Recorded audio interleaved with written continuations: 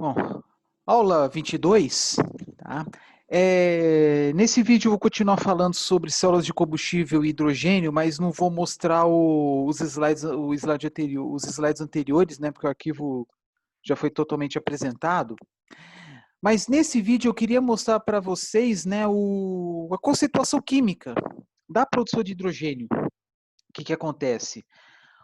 O hidrogênio, ele, como comentei com vocês anteriormente, né, não existe jazidas de gás hidrogênio. O gás hidrogênio não é encontrado puro na natureza, salvo situações assim bem peculiares, onde, por exemplo, há uma produção de hidrogênio, de gás hidrogênio, devido aí à presença de uma fonte de calor muito alta, vamos supor, próximo de vulcões, derramamento de lava vulcânica, ou alguma outra situação peculiar, né, onde há uma produção instantânea do H2, né, isto é, gás hidrogênio, né, que é composto por dois átomos de hidrogênio, mas como é um gás altamente reativo, ele, em geral, ele dura por pouco tempo e reage quimicamente com outros átomos da natureza, por exemplo, com o oxigênio O2 do ar e forma água, né?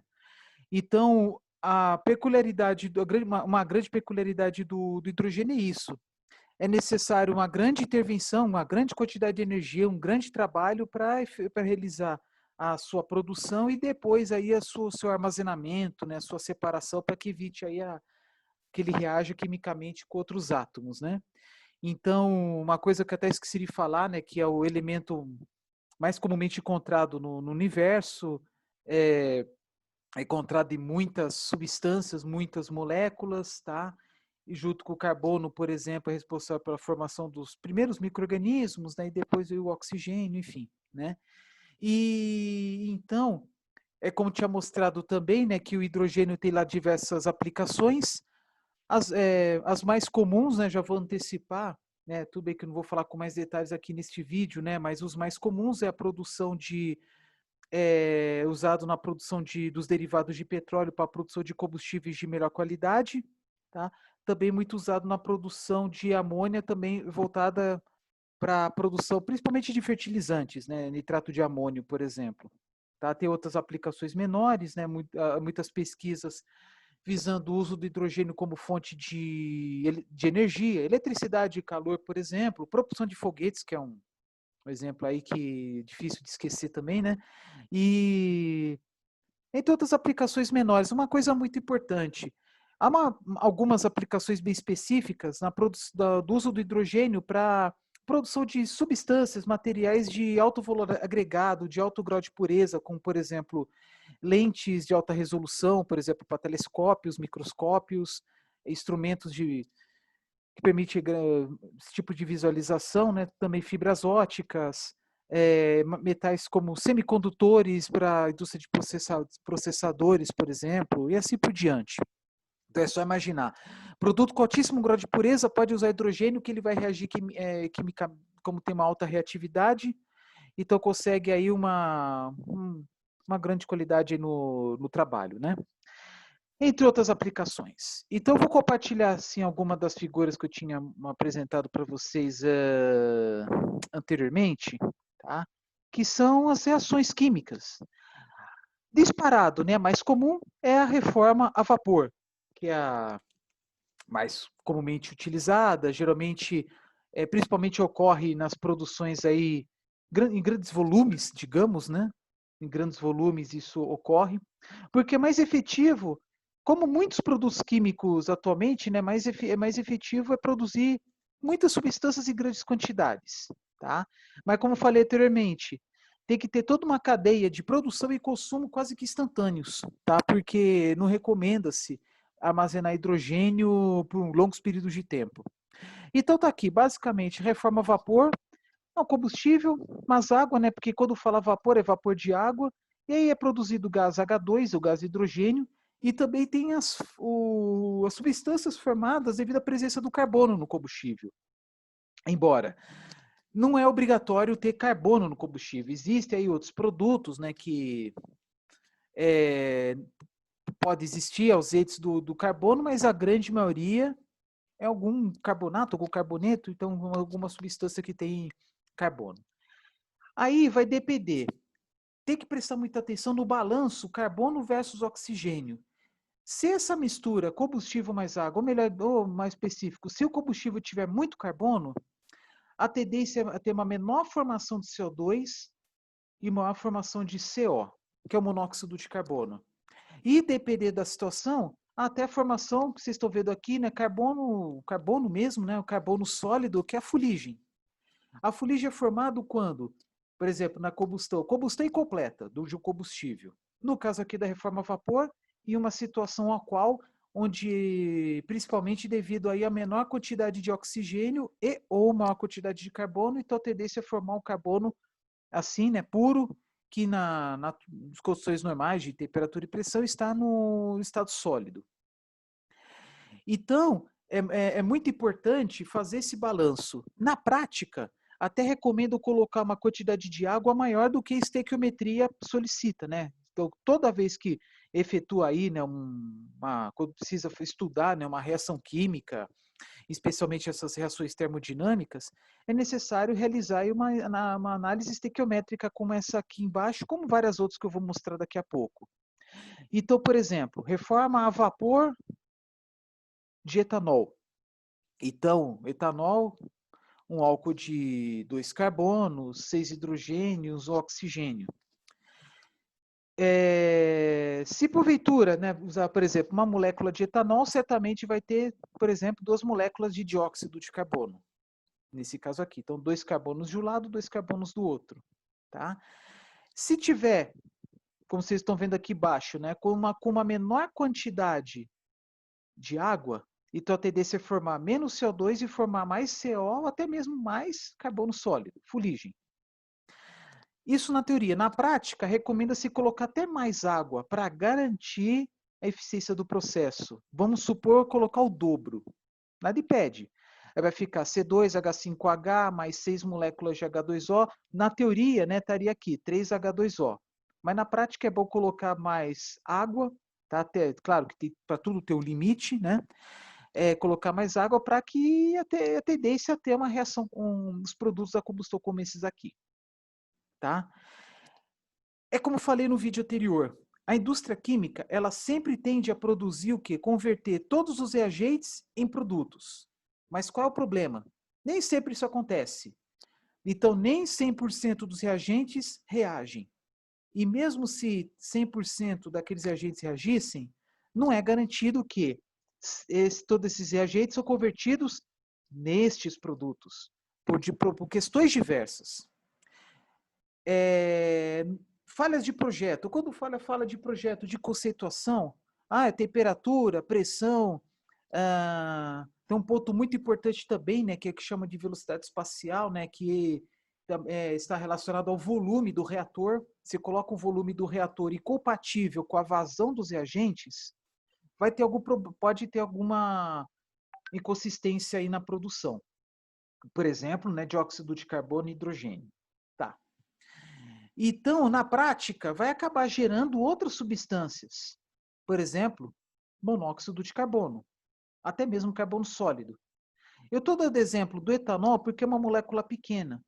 Mas se fosse se fosse dar o exemplo uma molécula maior, por exemplo, butanol que é 4 carbonos, aí poderia ocorrer, né, a produção de algumas substâncias com 2 carbonos, 3 carbonos, porque a tendência é o quê? Quanto maior a temperatura, a tendência é desintegrar as moléculas. Por exemplo, como é que conseguiu produzir CO2 e gás hidrogênio? Através de uma molécula maior como o etanol. Pode acontecer o contrário, de 2 moléculas pequenas formar uma molécula maior? Pode acontecer, mas é muito mais comum ao realizar os estudos com produção de hidrogênio, sair de uma molécula grande e ser quebrado em moléculas menores. Tá?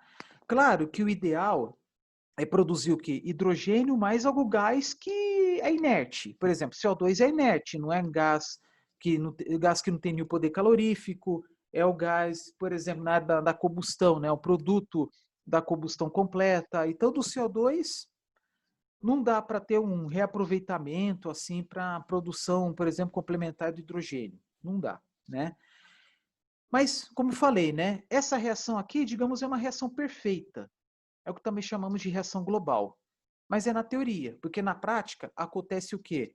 Nem 100% dos reagentes reagem, e dentro daquela fração dos reagentes que reagiram, nem toda a fração dos reagentes que reagiram ocorre a geração desses dois produtos. Porque o intuito aqui é produzir o gás hidrogênio.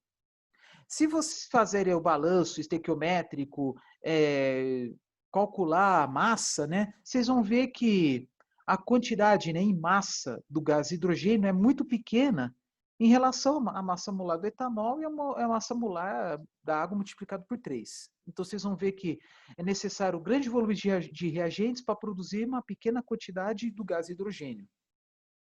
Tá? Mas isso aí, qualquer reação, não é apenas reforma a vapor de etanol, mas qualquer reação, reforma a vapor, entre outras que eu vou abordar mais para frente.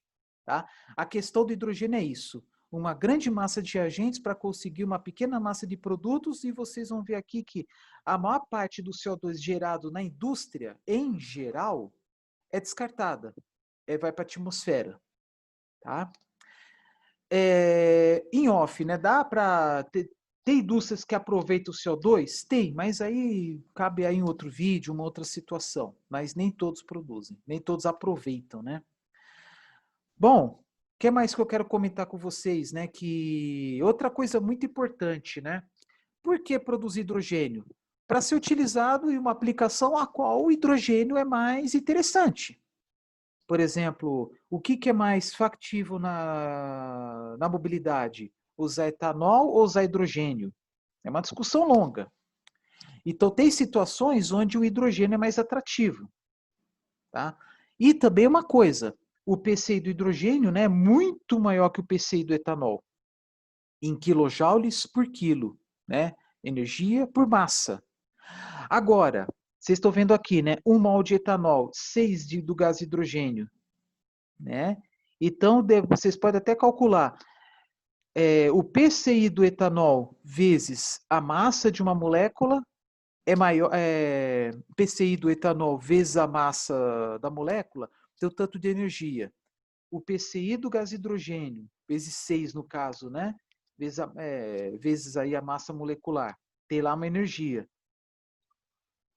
Qual que tem mais energia? Uma molécula do etanol ou 6 moléculas do gás hidrogênio?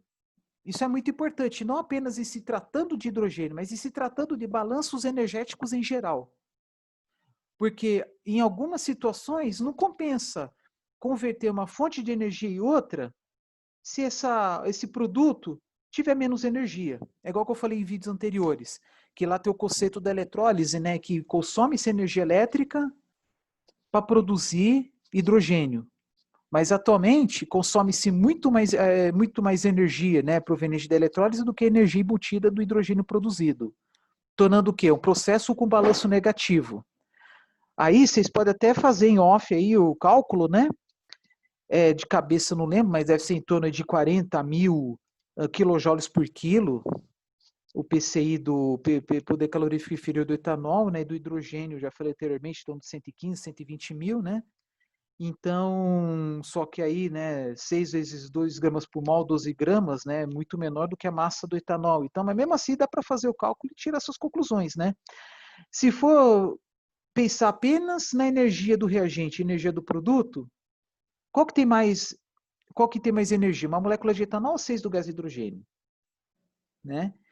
E aí tem uma coisa também, né? Como essa aqui é uma reação endotérmica, também precisa de muita energia, muito calor, né, para alcançar aí, né, uma alta temperatura, vamos dar exemplo aí, 700 graus Celsius do etanol e da água, né, que estado, quando vocês não mais de temperatura e pressão estado líquido, precisa converter em vapor. Bom, o etanol é a mesma coisa, né, com torno de 70 graus ela evapora, né.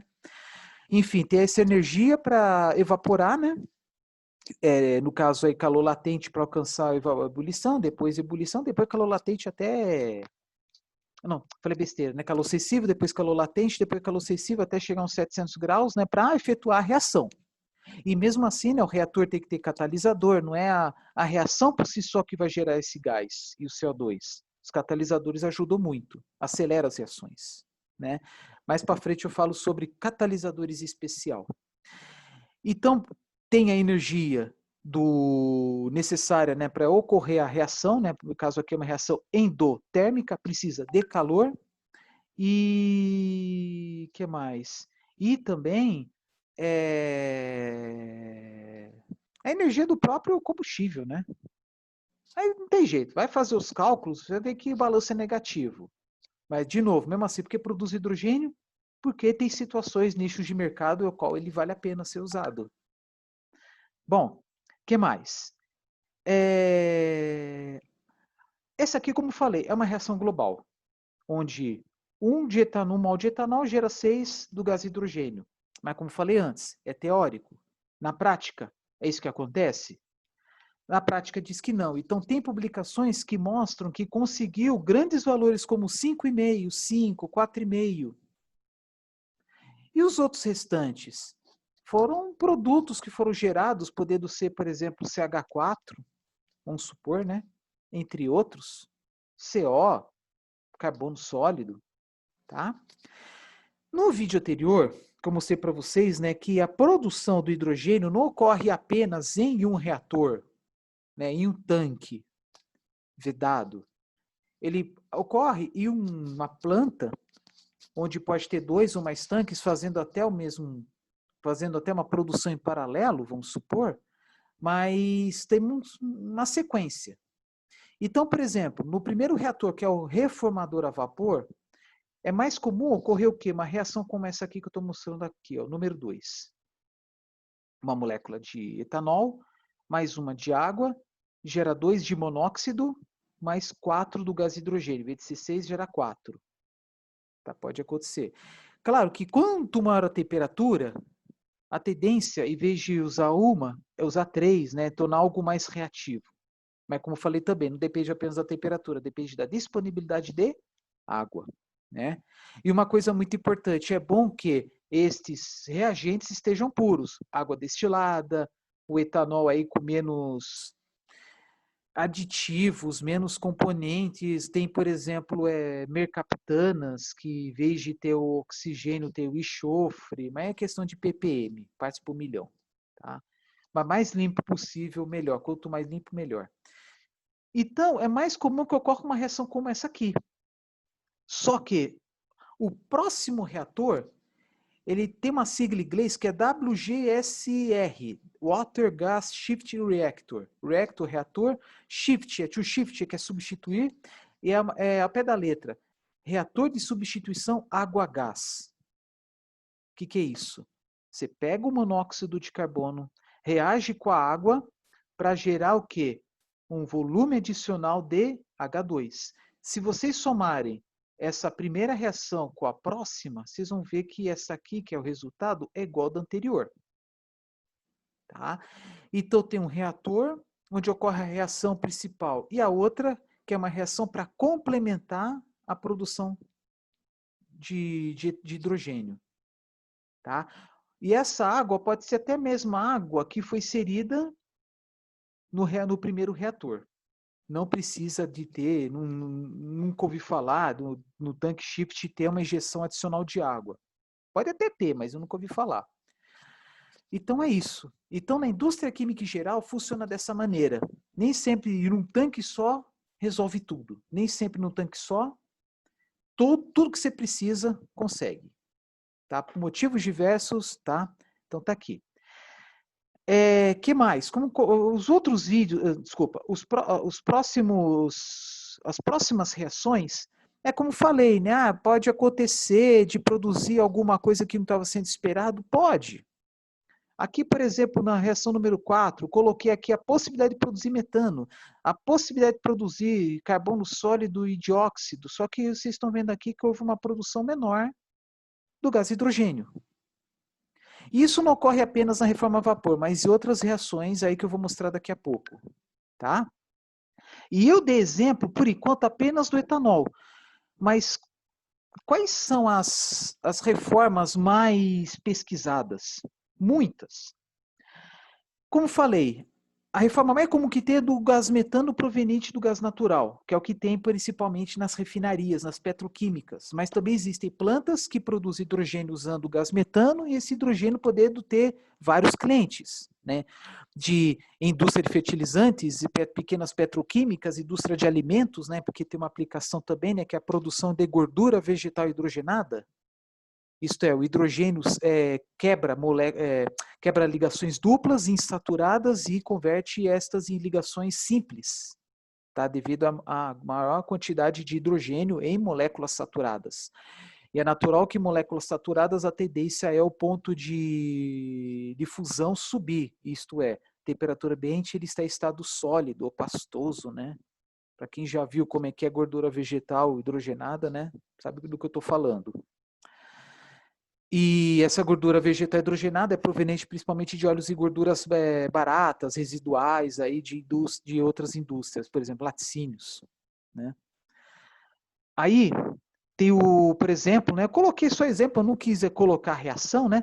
Mas é muito comum também pesquisas com produção de hidrogênio utilizando metanol, tá? Metanol tem lá, pode ser produzida de forma renovável ou não, a mais comum é usando gás natural, e Brasil importa, não sei se totalmente ou parcialmente, tá? Metanol, tem um balanço, digamos, deficitário, e mesmo assim no Brasil, o litro do metanol é mais barato que o litro do etanol, por incrível que possa parecer. Por isso que tem tanta pesquisa no mundo afora, produção de hidrogênio usando metanol, tá?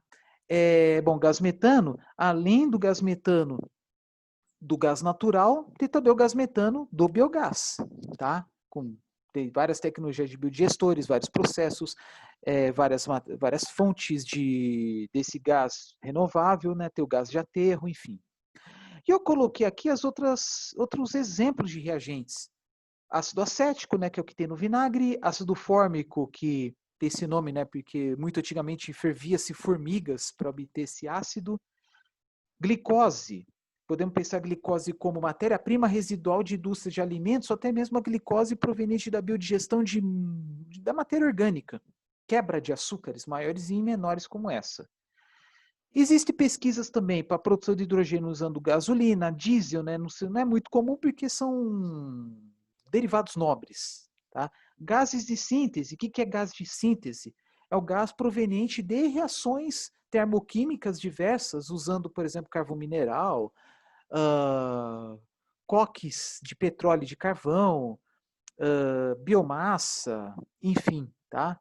Então, e também gases produzidos em processos industriais diversos, como na siderurgia, tem lá, gás de alto forno, gás de aciaria, gás de coqueria, que são gases de síntese com alto teor de hidrogênio também. E esses gases aqui, mesmo com alto teor de hidrogênio, eles também têm alto teor de aromáticos, hidrocarbonetos em geral, metano, que esses podem passar por tudo isso aqui, por essa reforma a vapor. Então, pode acontecer desse combustível já ter o gás hidrogênio? Sim, nada impede. Vamos supor, um gás de síntese com 10% de hidrogênio, passa pela reforma a vapor, aí aumenta para 50%. Sim, é possível. Tá? Então, reforma a vapor basicamente é isso, tá? É o processo mais comum que tem, devido ao seu baixo custo, o custo mais baixo, devido aí ao desenvolvimento tecnológico que foi gerado, foi desenvolvido, né, com o passar do tempo. Mas vou dizer uma coisa para vocês, já antecipando, né?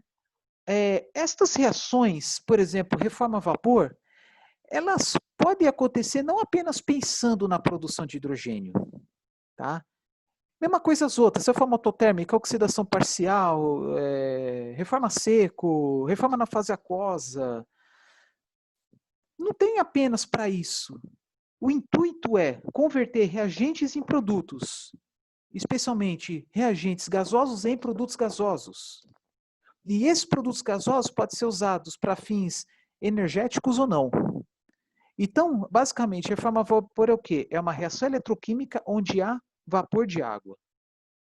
Tá? E geralmente é uma reação endotérmica. Precisa de calor para aquecer, ferver e aquecer mais um pouco. Tá? Então, no caso aqui, estou dando exemplo, reforma a vapor para a produção de hidrogênio, mas você pode reformar a vapor, um conjunto de reagentes para produzir determinados produtos.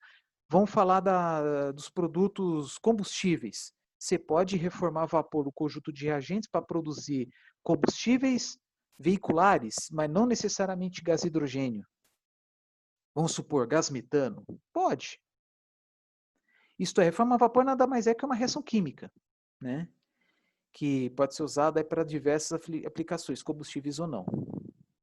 Tá? Eu estou falando isso porque, assim, para não ficar apenas pensando em hidrogênio. Aí pergunto, né, quando que vale a pena usar estas substâncias aqui para produzir hidrogênio, por exemplo? Viabilidade econômica. Ah, por que que consolidou o gás metano?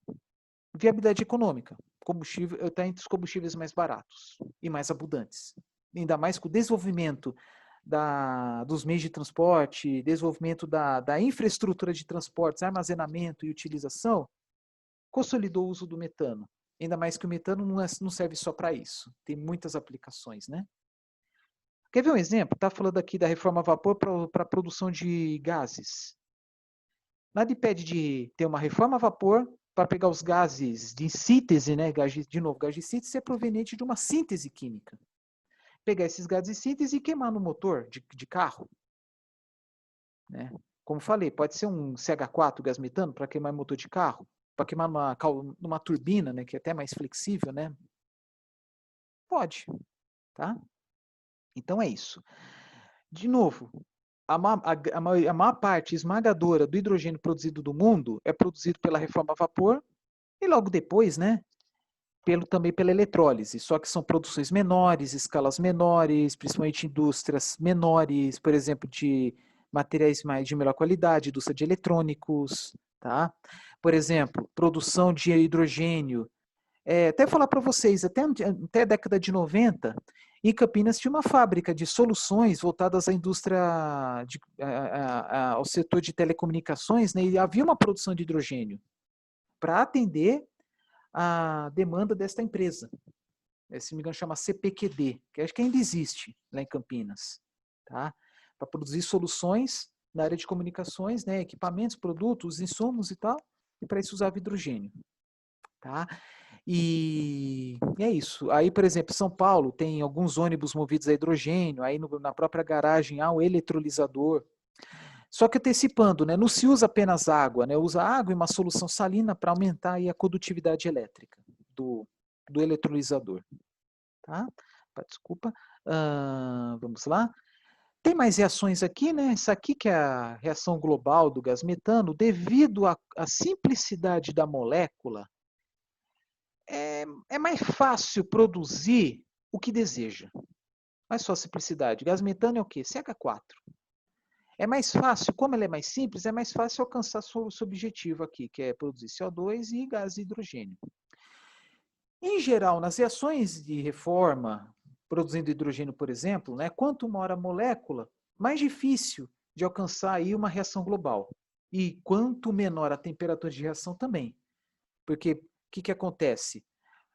Vai aumentando a temperatura daquela molécula. A partir de uma certa temperatura, a molécula é quebrada em moléculas menores e aí tem lá início da troca das cadeiras, né, da reação química entre os átomos. E aí, se for uma temperatura não muito baixa, pode gerar moléculas menores do que a dos reagentes, mas maiores que a dos produtos desejados, até chegar a uma temperatura aí que tende, né, a uma reação global. Tá? Até mesmo na combustão. Combustão a baixa temperatura gera uma certa substância. Agora, combustão a alta temperatura, reação usando plasma, a tendência é produzir gases mais, digamos lá, da última escala, né, da escala final, que é gases inertes, como CO2 e, como, por exemplo, gás hidrogênio. E essa aqui é a glicose, como falei para vocês, né? Por que eu coloquei glicose, né? Que em geral, né, matéria orgânica, muitas matérias orgânicas possuem, né, um açúcar simples, e aí pode também ser usado para a produção de hidrogênio. Por exemplo, uma molécula de glicose, C6H12O6, mais água, forma 6 moléculas de CO2 mais 12 de H2. E também a glicose tem lá seu poder calorífico, ele é combustível, embora não seja utilizado para tal, mas ele é, tá? Dá para pegar fogo, enfim, tá? Então dá para pegar, por exemplo, o PCI da glicose versus o PCI do hidrogênio. Sim, é possível, tá? O próximo, oxidação parcial, em vez de usar água, usa gás oxigênio, tá? E o resto é a mesma coisa. Uma coisa chama atenção, né? O fato de usar frações, né? Não, tudo bem, não é uma coisa exclusiva, né, do oxidação parcial. Na reforma a vapor também pode acontecer. Por exemplo, aqui, etanol mais oxigênio produz CO2 mais hidrogênio. É uma reação global, né? Por quê? Porque conseguiu produzir como é que eu sei que é uma reação global? Quando consegue extrair o máximo possível do gás hidrogênio, tá?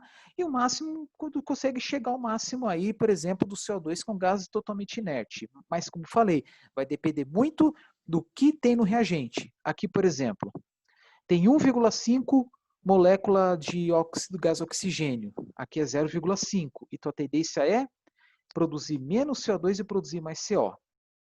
Ou produzir até mais carbono sólido, se for o caso. Tá? Mesmo que tenha produzido a mesma quantidade de hidrogênio. Mas por que está frações? Porque na hora de fazer estequiometria, né, deu nisso. Então seria o quê? 1,5 vezes molécula de O2 é a mesma coisa aí que 3 átomos de oxigênio. Tá? Então, na hora de fazer o balanço, isso pode acontecer. Normal. Uma coisa que se falar, né, todas as reações eu coloco duas setas em posições invertidas. Por quê? Porque a condição assim não natural, né, é esses reagentes serem convertidos em esses produtos. Mas vamos supor que elimine, exale esses produtos na natureza. Como H2 é altamente reativo, ele vai reagir rapidamente. Pode até se criar uma condição, pelo menos na teoria, né, em que esses produtos virem os mesmos reagentes. Pode, não estou falando que vai, né? Então, por isso que eu coloquei aqui as seta invertida também. Só que precisa ser de uma energia, né, para converter esses reagentes em produtos, né? Como já falei. E oxidação parcial também, ele é uma reação aí que precisa de muita energia, muito calor, atuar altas temperaturas, enfim. Tá? Então, isso aí é oxidação parcial, tá? Que é pesquisada também, né? Tem lá suas vantagens, eu não vou entrar em detalhes aqui, né? Não é objetivo, mas tem coisas muito específicas, né? Questão de custo dos projetos, enfim. Mas como falei, né? Em geral, o que está vingando, o que está consolidando mais é a reforma a vapor, como está aqui. Reforma autotérmica, que é a soma da reforma a vapor e da oxidação parcial, isto é, combustível mais gás oxigênio mais água. Né? Eu dei esses exemplos aqui, etanol, gás metano. Na hora de fazer o balanço, eu imagino que para alguns, né, principalmente para quem não domina muito estequiometria, a impressão que dá que a reforma autotérmica é mais difícil de fazer o balanço. Ainda mais por quê? Porque depende muito assim do que vai colocar do gás oxigênio, o que vai colocar de água. Tá? Mas tem que prestar muita atenção, né? Por exemplo, o carbono tem uma origem e o destino. Beleza. Hidrogênio é combustível e água que são necessários, né, para produzir o gás hidrogênio, né? Eu acho que a maior dificuldade vai ser no balanço do oxigênio. Mas se vai ter água, H2O, né? Enfim, isso aí vai de cada um, né? Então, a reforma autotérmica é isso. Também lá tem suas aplicações, né? Tem pesquisas em cima disso, tal, né? Recomenda-se, né, como falei, usar água pura e oxigênio puro. Pode usar no processo? Pode, mas tem estudos mostrando que o uso do ar, né, isto é, O2 mais N2, torna-se um processo menos eficiente. Também porque precisa de energia, também calor, né, para aquecer o ar, né? E o gás nitrogênio e N2, eles não entram na reação, que nem na combustão. Não é, assim, pelo menos até uma certa temperatura não entra. Né? Outra, não muito comum, reforma na fase aquosa, tá? Que é como falei no vídeo anterior, é muito comum assim pesquisá-lo, né? em líquidos cujo ponto de ebulição é mais alto. Por exemplo, C3H8O3, que é a glicerina, que é principalmente o subproduto da indústria do biodiesel. Tá? A partir de uma certa temperatura, vamos supor, até, sei lá, 250 graus Celsius. Aí tem que ver também, né? Porque não estou falando isso, né? 250 graus Celsius, mas é pressão ambiente, né? Mas tem pesquisas aí onde a reforma aquosa a 22, 25, 22, 25 atmosfera. Aí, claro, né, que as temperaturas, os pontos de ebulição mudam, tá? Possivelmente para temperaturas bem mais altas. E aí e isso resulta o quê? Uma reação de ambos ainda no estado líquido, tá? Bom, então tá aí, né? Outra reação também, as quatro, né? Até agora, né, são reações termoquímicas, tá? E aí tem reforma seco, que pesquisa-se muito reforma seco no biogás, né? Porque reforma seco usa CO2. Por exemplo, metano, até mesmo coloquei aqui etanol, né? O craqueamento, ele é muito comum na produção de hidrogênio, ok, mas o craqueamento é muito comum em outras aplicações, que não tem nada a ver com hidrogênio. Mas basicamente, o que é o craqueamento? É a aplicação do calor para a quebra das moléculas daquele combustível. Tanto vocês estão vendo aqui, não há inserção de O2, CO2, água, nada. É a aplicação do calor naquela substância para gerar os produtos. Por exemplo, craqueamento para a produção de biodiesel. O craqueamento que tem, né, na destilação atmosférica, né, que é o primeiro processo da extração dos derivados de petróleo, é craqueamento também. Em geral, o craqueamento, tanto se comparar com as outras reações, né, que eu mostrei aí de produção de hidrogênio, até mesmo o craqueamento para a produção de biodiesel em comparação aos outros processos, como a transesterificação, as temperaturas aplicadas sempre são as mais altas. Então, as temperaturas são maiores, só que tem a vantagem de não necessitar de uma substância adicional. Tá? Como aqui, ó, glicerina, né? Produz aí CO e H2, nesse exemplo. Então, assim, é mais simples, só que tem lá, necessita de mais calor. Esse aqui, por exemplo, no vídeo anterior eu falei das formas de armazenamento de hidrogênio. Hidrogênio líquido, hidrogênio comprimido e também os hidretos metálicos, que nada mais são que substâncias no estado sólido, às vezes em pó, né? E quando são armazenados, eles podem ser armazenados à pressão ambiente, né? Até mesmo ar livre. Neste caso aqui, o borohidreto de sódio, ele, ao colocar água, ele automaticamente reagido, né, gera essa substância aqui, mais hidrogênio. Só que, claro, com presença de catalisador, uma água um pouco mais quente, ele gera mais rápido. E aí cabe o quê? Vamos supor que coloque lá um tanque de hidreto metálico, como esse aqui, no tanque de um carro. Coloca-se água, né, tem que ter o tanquinho de água e automaticamente gera hidrogênio. E aí tem como produto esse aqui, que deve ser transferido para algum lugar para fazer a reciclagem, para que essa substância retorne a ser essa.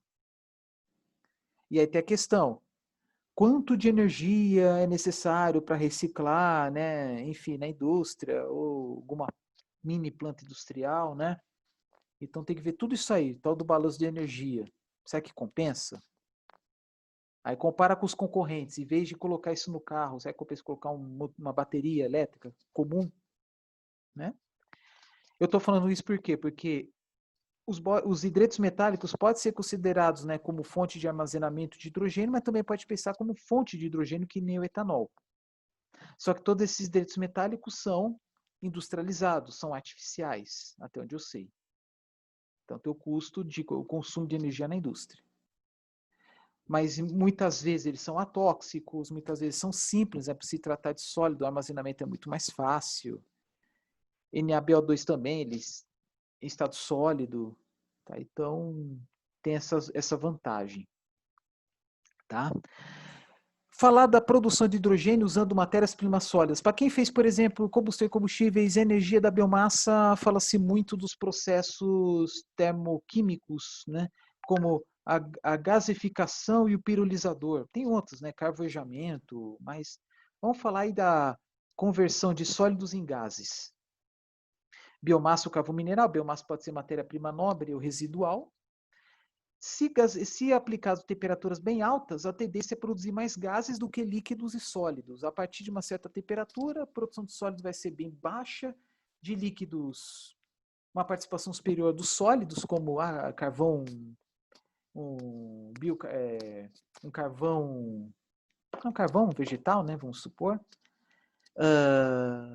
Aí coloquei aqui alcatrão, né, que é um líquido mais pastoso, que às vezes, dependendo da temperatura, né, a temperatura ambiente mais fria pode solidificar. Bom, líquidos aqui, mas quanto maior a temperatura, maior a possibilidade de gerar gases, de síntese. Combustíveis ou não? Não combustíveis, vapor de água, dióxido de carbono, e combustíveis como metano, hidrogênio, monóxido de carbono, aromáticos, hidrocarbonetos diversos. Só que nelas são gerados, né, alcatrão, líquidos, material particulado, né, dentro dela tem fuligem, né, então é necessário primeiro, né, de todo o processo, né, limpar os gases. Aí tem processos mais simples, né, como o ciclone, que é um processo puramente mecânico, filtros de mangas, né, que é filtro com tecido, né, com pequenos poros, tá, onde o material particulado, né, principalmente aquele com diâmetro maior que o poro do filtro, ele fica retido, né? Precipitador eletrostático, esse é mais complexo, mais caro, mas também bastante efetivo, muito comum, por exemplo, né, termoelétricas que queimam carvão mineral, né? Elementos que possam adsorver material particulado, por exemplo, leito de zeólitas. O que são zeólitas? São materiais de origem mineral porosas, em que água, por exemplo, material particulado pode ficar lá dentro dos poros, tá? Como se fossem pedras. Carvão ativado também. E também tem os scrubbers, que são chuveirinhos, né, que injeta, entre aspas, né, no popular, molham essas partículas, né, com microgotículas de água. Entre outras formas também para efetuar a limpeza dos gases, para tirar sólidos.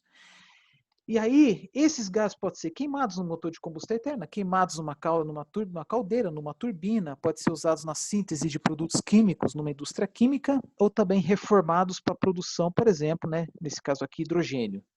Então precisa limpar, extrair as impurezas, até mesmo, né, extrair líquidos como água. Tem outro processo também, que é muito usado em algumas indústrias químicas, que é para consistir em abaixar a temperatura. Tá? Na indústria de biodiesel tem o que chama de winterização. Winter, em inglês é inverno, a baixa temperatura para tirar algumas impurezas. Mas ele é muito comum, por exemplo, aqui na bancada de purificação. Tá?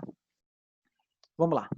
Por exemplo, reforma, sei lá, vapor, por exemplo, produz um tanto de hidrogênio, no Alter Shift Reactor converte monóxido de carbono em CO2, aí gera mais hidrogênio.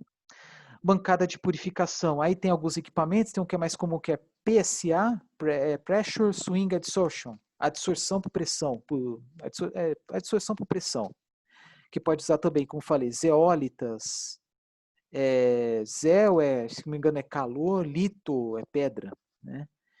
Carvão ativado, enfim, né? Para quê? Para separar o hidrogênio dos gases residuais, combustíveis ou não. Tá? Esse processo aqui, bancada de purificação, Alter Shift e reforma, já tem também na reforma de gases, de líquidos. Né? Só que coloquei isso aqui porque sólido é algo mais complexo. Se pirolizar, isto é, aplicar temperaturas menores aí, a tendência é produzir menos desses gases. Tá? E produzir mais de outras substâncias que aí não são usadas para a produção de hidrogênio. É isso que ele está mostrando aqui nesta ilustração. Tá? Vai ter até uma legenda aqui, que é mais ou menos tudo isso que eu falei agora há pouco. Tá bom? Então, sobre as reações, tá? Por enquanto é isso, tá? Mas, de novo, quando fala em produção de hidrogênio, quando fala nessas reações, elas podem ser usadas em outros processos industriais para produzir substâncias das mais diversas, que podem ser usadas em sínteses de indústrias químicas diversas, pode ser para fins combustíveis, não necessariamente hidrogênio, podendo ser queimado em caldeiras, turbinas, motores, entre outras máquinas térmicas em geral, né? E aí mais para frente eu vou falar sobre cogeração eletroquímica, né? Eu até comentei em vídeo anterior, né? Que é uma outra aplicação das células de combustível, tá? Mas vou encerrar esse vídeo aqui por enquanto, né? Vou fazer outro falando sobre isso também, tá? É bem curtinho.